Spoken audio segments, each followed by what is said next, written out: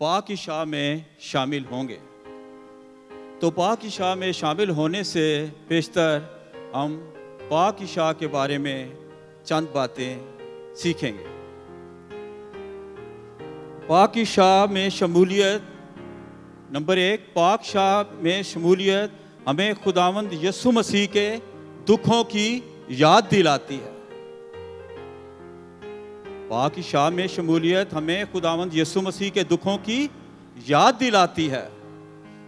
और खुदावंद ने अपने सारे दुख जो इस दुनिया में सहे, बर्दाश्त किए, वो किसके लिए किए?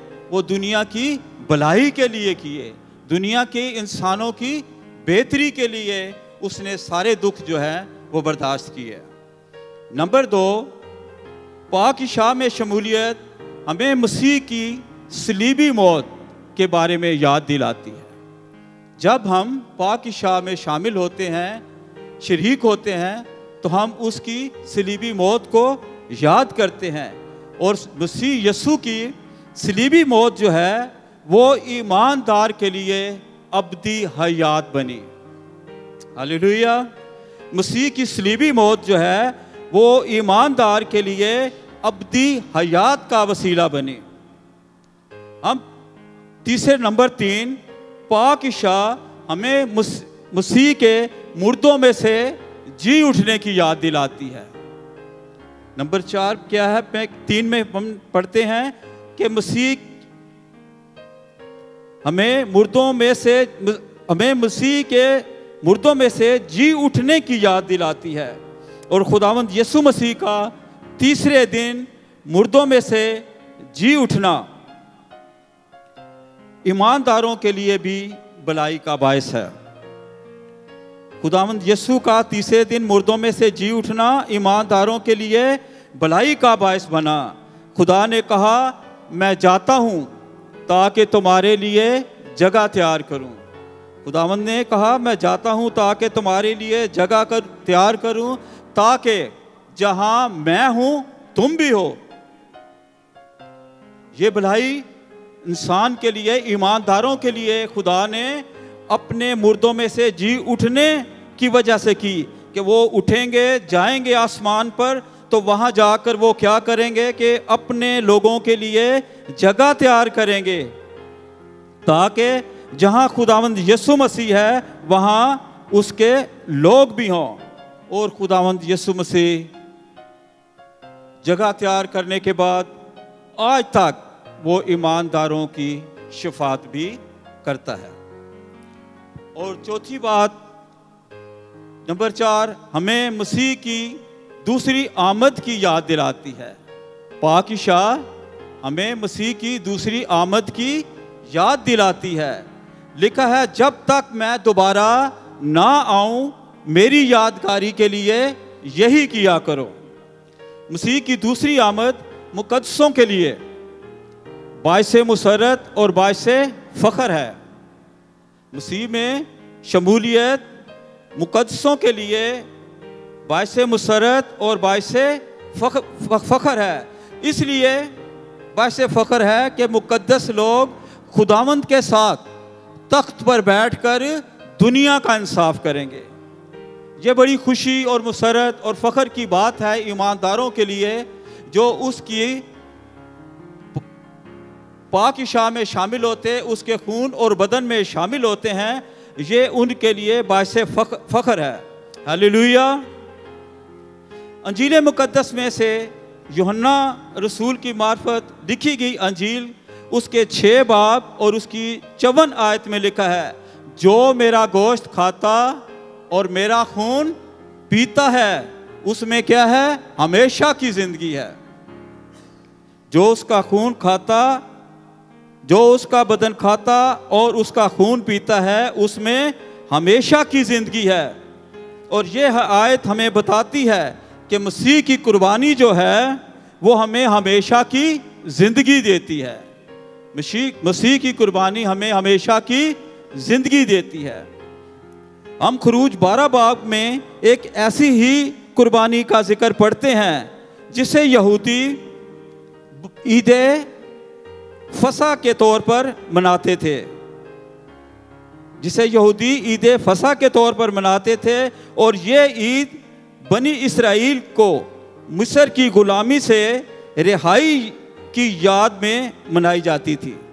ये ईद बनी इसराइल को मिस्र की गुलामी से रिहाई पाने के बाद ये ईद मनाई जाती थी, और उस कुर्बानी का हुक्म भी खुदा ने दिया था। और उस कुर्बानी के लिए खुदा ने हुक्म दिया था कि बनी इसराइल अब हर एक घराने के समेत एक बरा लेकर उसका खून अपने घरों की चौखटों और बाजुओं पर लगाएं। खुदा ने हुक्म दिया कि उस बरे का खून हर बनी इसराइल घराना अपने दरवाज़ों की चौखटों और उसके बाजुओं पर लगाए, और मैं रात के वक़्त मिस्र में से गुजरूंगा और मिस्र के तमाम पहलोठों को मार दूंगा। लेकिन हम देखते हैं जिन घरों की चौखटों और बाजुओं पर कुर्बानी का खून लगा हुआ था, उन्हें खुदा ने छोड़ दिया, उन्हें खुदा ने छोड़ दिया। हम देखते हैं यहाँ दो कुर्बानियों का, एक कुर्बानी पुराने ऐद की और दूसरी कुर्बानी जो है वो नए ऐद की है। और इन दोनों कुर्बानियों का आपस में गहरा तल्लुक है। लेकिन पुराने ऐद नामा की कुर्बानी जो थी वो जानवरों की कुर्बानी थी। पुराने ऐद की कुर्बानी जानवरों की कुर्बानी थी, जिससे इसराइल को रिहाई और उसके पहलोठों को जिंदगी मिली। उस जानवरों की कुर्बानी के खून से भी, कुर्बानी से बनी इसराइल के लोगों को रिहाई भी मिली और मौत से छुटकारा भी मिला, रिहाई भी मिली उनके पहलोठों को। लेकिन हम देखते हैं कि उनकी रिहाई जो थी, जो उनको उस खून से रिहाई मिली, वो थोड़े ही दिनों बाद फिर गुलामी में तब्दील हो गई। पहले तो वो मिस्र में आदमियों के गुलाम थे, और जब उनकी गुलामी से आज़ाद हुए तो फिर वो अबलीस की गुलामी में फंस गए। लेकिन देखते हैं नए ऐहदनामा में कि खुदा के पाक और बेऐब बड़े बेटे यीशु मसीह की कुर्बानी के तलक से, उस कुर्बानी के वसीला से हमें रिहाई भी मिलती है और हम दोबारा अबलीस की गुलामी में नहीं फंसते। ये खुदा का बड़ा फजल है, और मसीह के खून की कुर्बानी का ये बहुत बड़ा अजर है कि जब हम उस खून से रिहाई पाते हैं उस कुर्बानी के वसीला से, तो हम दोबारा अबलीस के फंदे में नहीं फंसते। और जानवरों की कुर्बानी के खून से इसराइल के पलोठों को जिंदगी तो मिली, लिखा है, लेकिन वो जिंदगी क्या थी? चंद रोज, चंद माह और चंद साल बाद वो जिंदगी खत्म हो गई। वो जिंदगी जो बनी इसराइल को पुराने ऐद की कुर्बानी से मिली पलोठों को, वो जल्द ख़त्म हो गई वक़्त के साथ। लेकिन हम देखते हैं कि जो ज़िंदगी मसीह के खून के बायस मिलती है, उसके बारे में लिखा है कि वो ना ख़त्म होने वाली ज़िंदगी है और वो हमेशा की ज़िंदगी है। लिखा है उस ईमान का, लिखा है कि उसका ईमानदार बंदा कभी नहीं मरेगा। खुदा का ईमानदार बंदा जो उस पर ईमान लाता है, उस कुर्बानी, उस खून में शामिल होता है, वो कभी नहीं मरता। हालेलुया।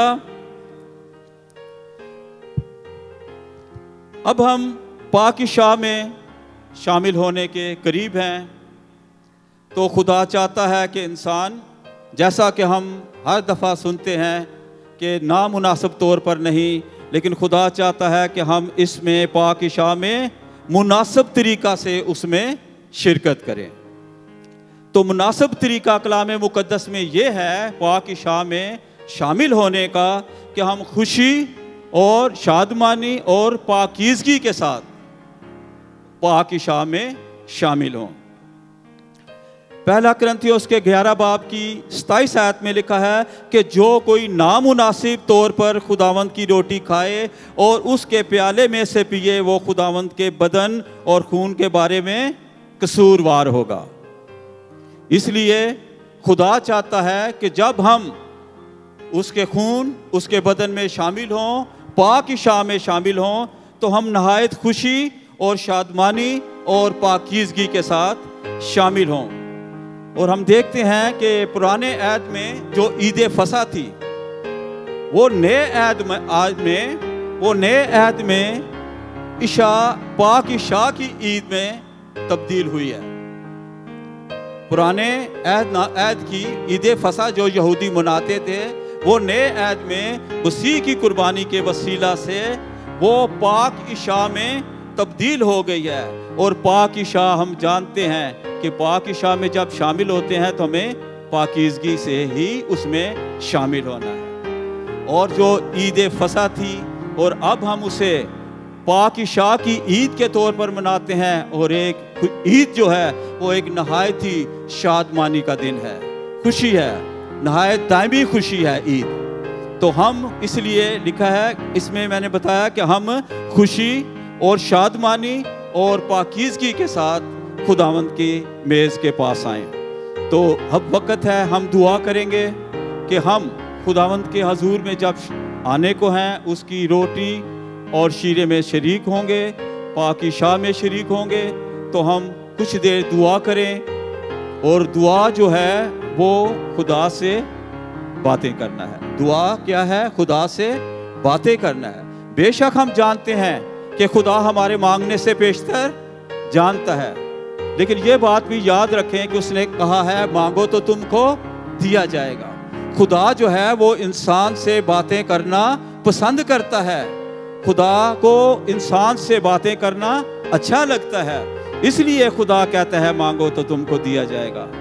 हम बाग़ अदन में देखते हैं कि खुदा ने आदम को बाग़ अदन में रखा। खुद आदम जो था वो ज़मीन पर था बाग में, और खुदा आसमान पर था, लेकिन तो भी खुदा आसमान से भी उस पर निगाह कर रखता था, जानता था कि इस वक्त वो क्या कर रहा है। तो फिर भी खुदा जब आया तो उसने नाफरमानी की, तो वो छुप गया, साइड पे हो गया। तो क्या खुदा नहीं जानता था कि वो छुप गया है इस नाफरमानी के सबब से? लेकिन फिर भी खुदा चाहता था कि वो उसके साथ बात करे, और उसने आवाज़ दी, ए आदम तू कहाँ है? और उसने क्या कहा कि मैं नंगा हूँ, इसलिए मैंने अपने आप को छुपाया। खुदा जो है उसकी आवाज़ सुनना चाहता है। खुदा आज भी अपने लोगों की आवाज़ सुनना चाहता है। तो जब उसने कहा मैं नंगा हूँ, तो उसने आदम ने ये नहीं कहा कि मुझे कोई लिबास दे कि मैं तेरे पास आ जाऊँ, लेकिन खुदा लिखा है कि वो हमारे मांगने से पेशतर जानता है कि हमें किन चीज़ों की ज़रूरत है। और खुदा जानता था कि वो नंगा है, और खुदा ने क्या किया? एक बड़ा ज़बह किया और उसकी शर्मिंदगी को ढांप दिया। हालेलुया। खुदा आज भी अगर हमारी ज़िंदगी में कोई कमी है, खुदा के हजूर में हम पेश नहीं सामने हो सकते, पाक शाह में हम समझते हैं कि शामिल नहीं मैं हो सकता, तो खुदा आज आपसे कलाम करता है कि मांगो तो तुमको दिया जाएगा। ज़्यादा देर दुआ मांगने की भी ज़रूरत नहीं, दिल से ईमान से चंद सेकंड में उसने कहा तू आज ही मेरे साथ फिरदौस में होगा। हालेलुया। हाँ, सब आंखें बंद करें और अपने सरों को झुकाएं और दुआ करें कि खुदा बाप तू मुझे पाक कर और मेरे दिल में खुदावंद अपनी शादमानी नजात की दार, ताकि मैं खुशी के साथ शादमानी के साथ आई खुदावंद और पाकीज़गी के साथ तेरे पाक खून और तेरे पाक बदन में शामिल हो सकूं। चंद मिनट के लिए दुआ करें। मेहरबान आसमानी बाप, मैं तेरा शुक्र करता हूँ कि तूने हम सबको खुदावंद खुदा ये मौका दिया कि हम तेरी पाक शाह में शामिल हों। बेशक तू सब कुछ जानता है, तू हमारी कमियों कमज़ोरियों को भी जानता है। यीशु के नाम में अब आप आई खुदावंद खुदा हमें बहाल कर, पाक कर यीशु के खून से, ताकि हम अजीज़ आसमानी बाप हम पाकीज़गी के साथ और खुशी के साथ आसमानी बाप हम तेरे पाक शाह में शामिल हों। मसीह यीशु के नाम में मांगता हूँ, आमीन आमीन।